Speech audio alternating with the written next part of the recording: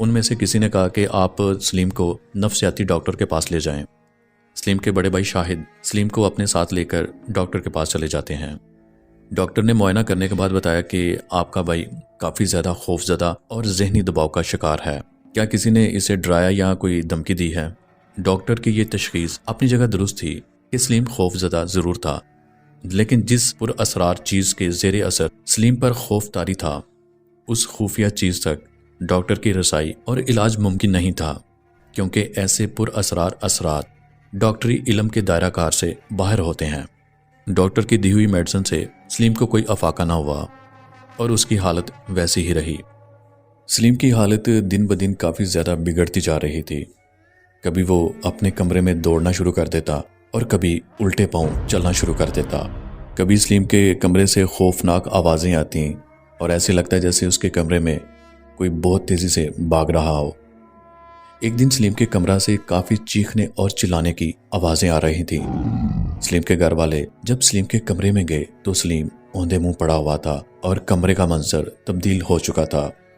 کمرے کی تمام چیزیں بکھری پڑی ہوئی تھیں۔ سلیم کی ایسی حالت کو دیکھ کر سلیم کے گھر والے کافی زیادہ پریشان تھے۔ یہ سلیم کے خاندان کی خوش قسمتی تھی کہ سلیم کے بڑے بھائی شاہد کی ایک ایسی شخصیت سے ملاقات ہو گئی جو اس قسم کا علم رکھتے تھے۔ جب سلیم کے بڑے بھائی شاہد ان صاحب کو اپنے گھر لے کر آئے تو انہوں نے آتے ہی سلیم کو دیکھ کر کہا کہ اس پر کچھ اثرات غالب ہیں۔ یوں ان صاحب نے سلیم کا علاج شروع کر دیا۔ اس طرح ایک روز سلیم نے اپنے بڑے بھائی شاہد سے کہا کہ وہ عورت آئی تھی اور کہہ کر گئی ہے کہ اب وہ دوبارہ شام 5 بجے آئے گی۔ شاہد نے ان صاحب سے رابطہ کیا اور ساری بات بتائی تو وہ صاحب فوراً سلیم کے گھر آ کر سلیم کے پاس بیٹھ گئے۔ جیسے ہی وہ عورت ایک خاص حدود میں داخل ہوئی تو فوراً سلیم نے کہہ دیا کہ وہ عورت اس حدود میں داخل ہو چکی ہے۔ اس عورت کو بھی معلوم ہو چکا تھا کہ اس گھر میں کوئی عملیات کا جاننے والا موجود ہے۔ جیسے ہی اس عورت کی روح گھر کے دروازے سے اندر داخل ہوئی تو سلیم نے فوراً کہہ دیا کہ وہ عورت گھر کے اندر داخل ہو چکی ہے۔ اب وہ کمرے کی طرف آ رہی ہے۔ وہ گڑی پر بیٹھ کر مجھے غصے سے دیکھ رہی ہے۔ اب وہ مجھے مارے گی۔ پھر تھوڑی دیر بعد سلیم کی حالت خراب ہونے لگی۔ جب ان صاحب کو یہ احساس ہو گیا کہ اب وہ عورت سلیم پر مکمل طور پر غالب ہو چکی ہے تو انہوں نے بہت زور سے سلیم کے سر کے بال پکڑ کر کچھ پڑھنا شروع کر دیا۔ اس عورت کے سلیم پر غالب آتے ہی سلیم میں بہت زیادہ قوت آ گئی تھی اور 2-3 آدمیوں نے سلیم کے ہاتھ پیر بہت مضبوطی سے پکڑے ہوئے تھے۔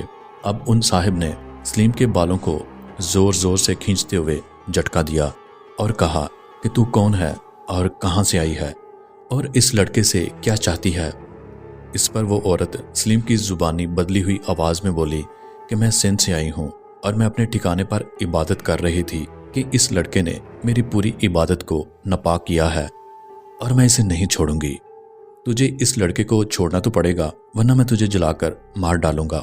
اس لڑکے نے تیری جگہ کو جان بوجھ کر ناپاک نہیں کیا اور اس لڑکے کو کیا معلوم تھا کہ تو وہاں بیٹھی عبادت کر رہی ہے۔ جس پر اس عورت نے کہا اچھا تو مجھے 2 کالے بکرے اور فلاں چیزیں لا کر دو، پھر میں اس لڑکے کو چھوڑ دوں گی۔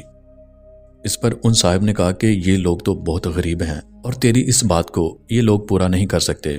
تو اس عورت نے کہا کہ میں اس لڑکے کو نہیں چھوڑوں گی، اگر تو اس لڑکے کو نہیں چھوڑے گی تو میں تجھے مار ڈالوں گا۔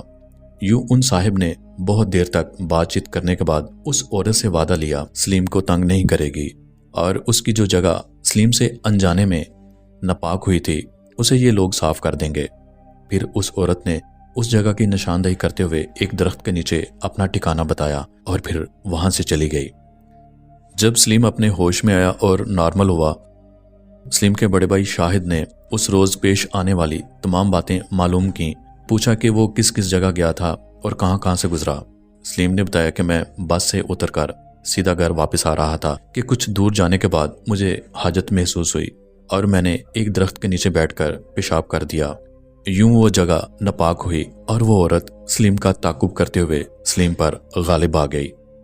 جب اگلے روز سلیم کے بڑے بھائی شاہد اس مقام کی شناخت کرنے کے لیے سلیم کو اپنے ساتھ لے کر گئے جس کی نشاندہی اس عورت نے کی تھی، تو سلیم نے بھی اسی مقام کی طرف اشارہ کیا سلیم کے بڑے بھائی شاہد کے مطابق وہ جگہ تو پہلے سے ہی بہت گندی لگ رہی تھی۔